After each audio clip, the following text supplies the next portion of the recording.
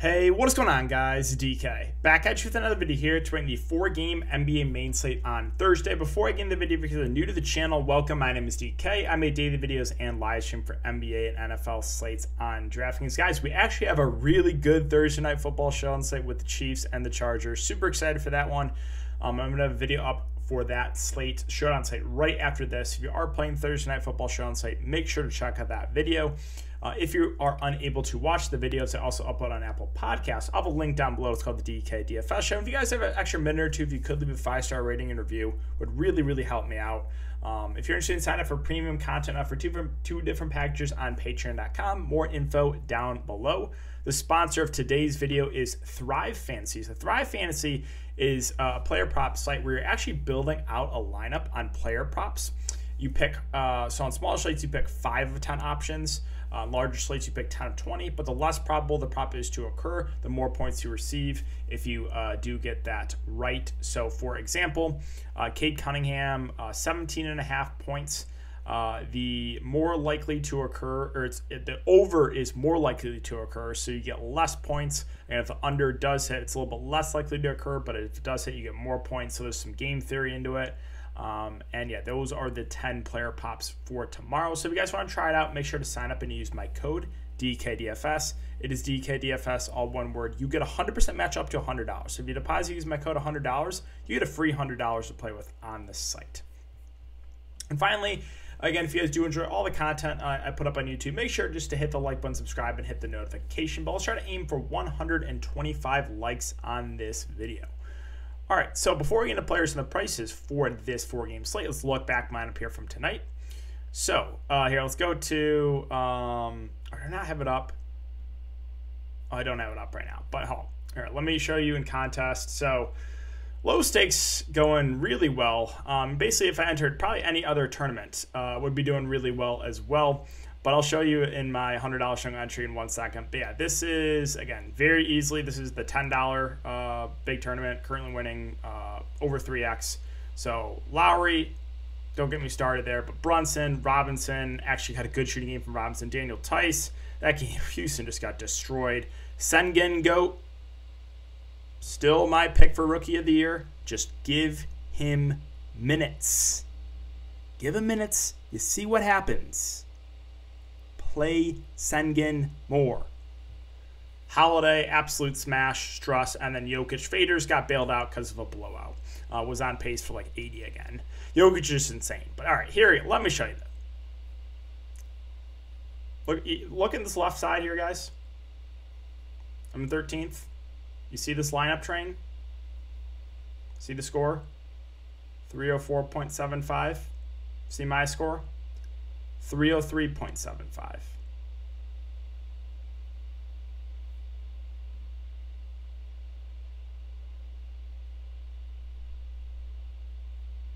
One point is the difference from a 4x here for me and $0.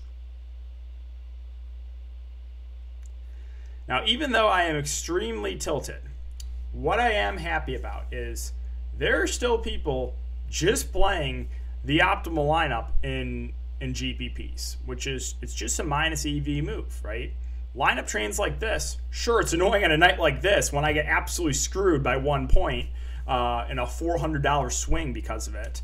But it just goes to show there's still a big edge if people are going to continue to just use these lineup trains, right? If they're going to continue to just play optimal lineups in tournaments, again, minus EV move in the long run. So their lineup was Brunson, Allen, Okeke, Sengun, Portis, Holiday, Love, Jokic, which is probably pretty close to optimal, if not the optimal lineup. So going back to my lineup, if Lowry just has a decent game, it's a massive night for me. I just really Kyle Lowry. So that's extremely tilting again, but that's the way NBA DFS goes sometimes. So that is it for the look back for myself. Going over, this is in the Rainmaker, $3,000 entry. Again, ownership pretty condensed here. Jokic, 65%. Holiday, 81%. Portis, 48%. Sengun, 61%. Brunson, 43%. What else ownership-wise? Okeke was the chalk as well. So, yeah, ownership was super, super condensed, but that is currently the winning lineup in the Rainmaker. So, again, hope you guys had a good night, and let's talk about this 4-game slate, I should say. So, Detroit and the Pacers is the first game here.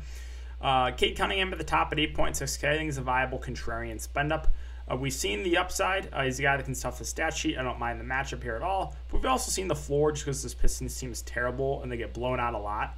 Yeah, I think CADE, solid GPP play. Isaiah Stewart at 5'7". This is a big front court against the Pacers, but the price point does not stand out to me. Saddiq Bey, I'm still not over this.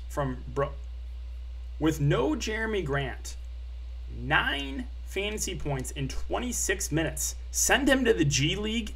And send him to the G League immediately after a performance like that without Jeremy Grant. Unbelievable. Now, you know, right? Just, it's been a lot to happen this channel this year. Whenever someone disappoints for me, the next day when I fade, they're going to smash. Did you see what happened with Chris Paul last night? Did you see? I had a takedown potential 2 nights ago with a 5% owned Chris Paul, and he just stands in the corner all game and goes for 28 fantasy points. The literal next night, an absolute smash, almost a 70 bomb from Chris Paul. I didn't even need that. I just needed, if I got like 45 from Chris Paul, I would have had a takedown. But yeah, Saddiq Bey, I think, is probably going to smash because of last game, him letting me down. The other options here for the Pistons, Hamidou Diallo did start, only played 20 minutes, viable for tournaments. Now, Saben Lee played really well last game in 28 minutes. He's been super productive when given minutes. We do have Killian Hayes at 3.8K, and he's been disappointing this year, but he's super, super cheap, and he's most likely going to play. So I think both those point guards are viable. I think Saben Lee has more upside if he's given the minutes. The rest of the Pistons, they're all just like viable tournament plays. Like, look at Frank Jackson's last 4 games. 4, 27, 15, 31 fantasy points. Trey Lyles, I think he had, literal 1 fantasy point last game. So it's like, you just don't know it's this Pistons rotation. Like, Josh Jackson only played 12 minutes. Corey Joseph, basically out of the rotation. It's just like outside, below Saddiq Bey, really, it's all just guys you're taking flyers on for tournaments.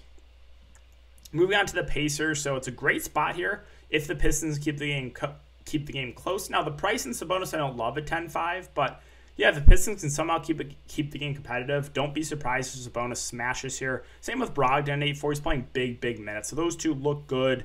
Caris LeVert at 7.5 feels a little bit too pricey for me. And then Myles Turner, he's consistently playing big minutes.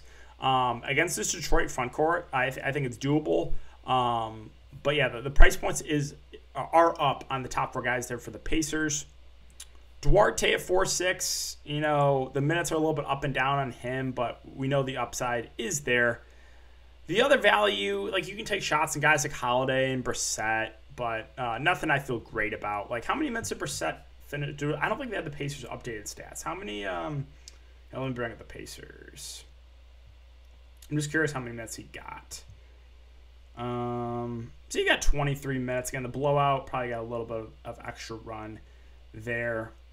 So those guys, again, viable in large field tournaments. Now moving on to Philadelphia and Brooklyn. So Joel Embiid at 11.4. I do like a good amount here as a spend up. I know he's been a little bit disappointing this year, but this is just a smash spot here against the corpse of Blake Griffin, Nick Claxton, Day'Ron Sharpe. Like, Embiid should be able to just feast.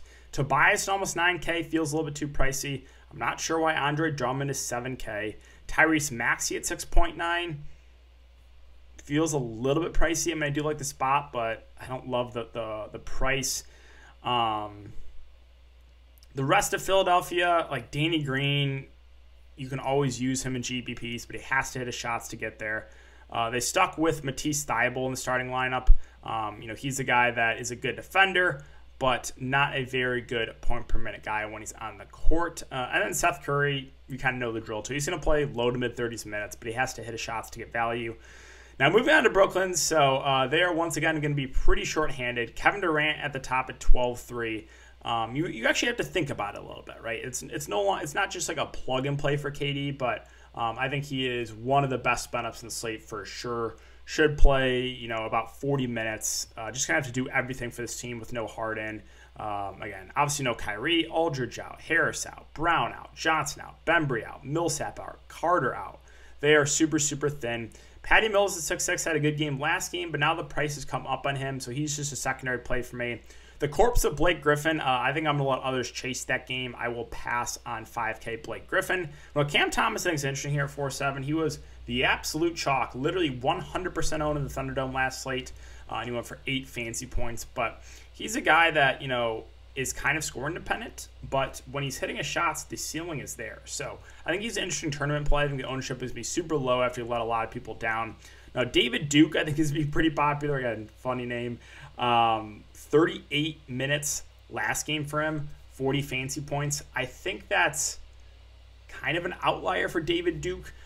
Familiar with him, from the Summer League. He's not a point per minute guy in the NBA, so I think he is definitely decent value, but might go a little bit over-owned. Now, Kessler Edwards at 4K played really well last game as well. I think he's a solid value, a good rebounder guy that can stuff the stat sheet. Nick Claxton, if he can stay out of foul trouble, probably plays mid-20s minutes. I think he's a good value. Day'Ron Sharpe, well, he's probably going to smash after I played him at super low ownership last slate, but I only got 13 minutes. He was crushing. Give him more minutes. Now, what could happen here is Claxton's prone to foul trouble. Blake Griffin could get in foul trouble against Embiid.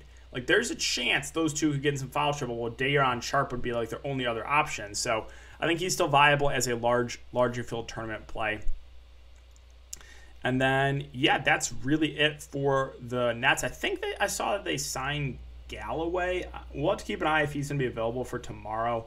But that could be one more body in the rotation. Moving on to the Knicks and the Rockets. So Julius Randle, 10K. I like the matchup a lot for him. Price point, not as much, but if the Rockets keep being competitive, I think Randle could have a pretty big game. Alec Burks at 7-1 feels a little bit too pricey. Now, the minutes will be there for him, but over 7K, it's We also have to monitor the status of RJ Barrett. He could be back for this one. If he's not, Derrick Rose probably continues to start and continue to play mid-30s minutes, but the price is up on him as well. No one that really stands out to me in the Knicks. Quickly, Fournier, again, viable tournament plays.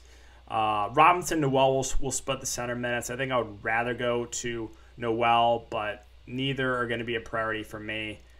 Kevin Knox at 3.8K, played 20 minutes now last couple of games. I think he's playable, right? Assuming that all those guys that are questionable are out, and Toppin, Grimes, and RJ Barrett. Moving on to the Rockets. So Christian Wood, doubtful. We do have Eric Gordon coming back. They just got absolutely destroyed by the Cavs tonight. So Jayshawn Tate at 6'5", him and Eric Gordon and Amani Brooks are probably going to be the leaders on offense. I think all three are firmly in play in a not so good matchup, just because the usage is going to be up in those three. Now Sengun, I'm not sure why he did not start, but he absolutely smashed. Either way, I think he's still a decent play, but would like him a little bit more if he does pick up the start. Garrison Matthews, playable, but again, has to hit his shots to get value. Some of these guys like KJ Martin, Josh Christopher got there because of garbage time. So they're playable, but they would look better if you think the Rockets just get destroyed again.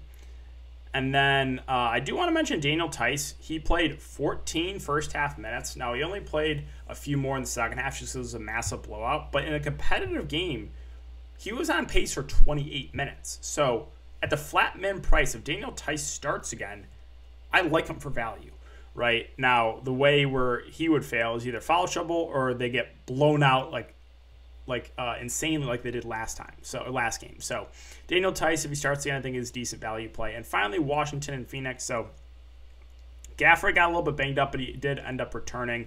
Now Dinwiddie is going to most likely rest this game from the reports that I saw. So Brad Beal at 9K does get a little bit of a boost there without Dinwiddie, but it's when's the last time Brad Beal hit value or exceeded value, right? He really just been kind of having an off year this year. Kuzma at 6.1K. All right, so Kyle Kuzma should be the number 2 on offense here with Dinwiddie out. Should play big minutes. Missed the last couple games here with when he was in health and safety protocols, but I think Kuzma is a fine secondary option there. The 2 centers in Harrell and Gafford are always good tournament plays. Neither is going to stand out like ever really, but you know, if one of these guys get in foul trouble, then like say for example Gafford gets in early foul trouble, Harrell could come in and absolutely smash. So like those 2 I think are viable for tournaments. KCP, fair value, should play close to 30 minutes. Pretty score independent though, that you know he does have a low floor.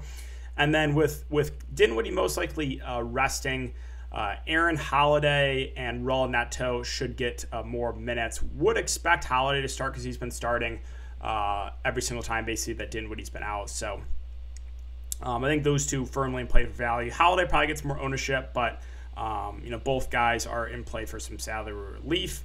And then finally, the Phoenix Suns. So still no Devin Booker. This is what I'm talking about here, guys. I play him here at 5%. 5% ownership with a chance to take down. He literally next night 61 fantasy points. 61. At almost 10K, it's too expensive for Chris Paul, even with Devin Booker out. Ayton feels a little bit too pricey at 8.8 as well. Bridges, his role doesn't change with Booker out, so doesn't really stand out to me. Campaign at 5.2 should play 25-plus minutes. I think he's a fair play guy that is productive when he's on the court. Cam Johnson's also been playing really, really well for this team. Should play 30, low 30s minutes. The price point now feels about right. Like he probably gets you mid-20s fantasy points. Drake Crowder, another guy that's been playing relatively well of late. You know, he's going to play 30-plus minutes as well. So, like, the wings and, like, Crowder, Johnson, I think are decent options. Again, I kind of like Campaign as well. JaVale McGee got in massive foul trouble last game, but more often than not, he's going to play, you know, about 15 minutes. The issue is the price, right? 4 or 5 does not really stand out there. And then Landry Shamet at 3.6 probably plays mid-20s minutes, but he is not a good point-per-minute guy.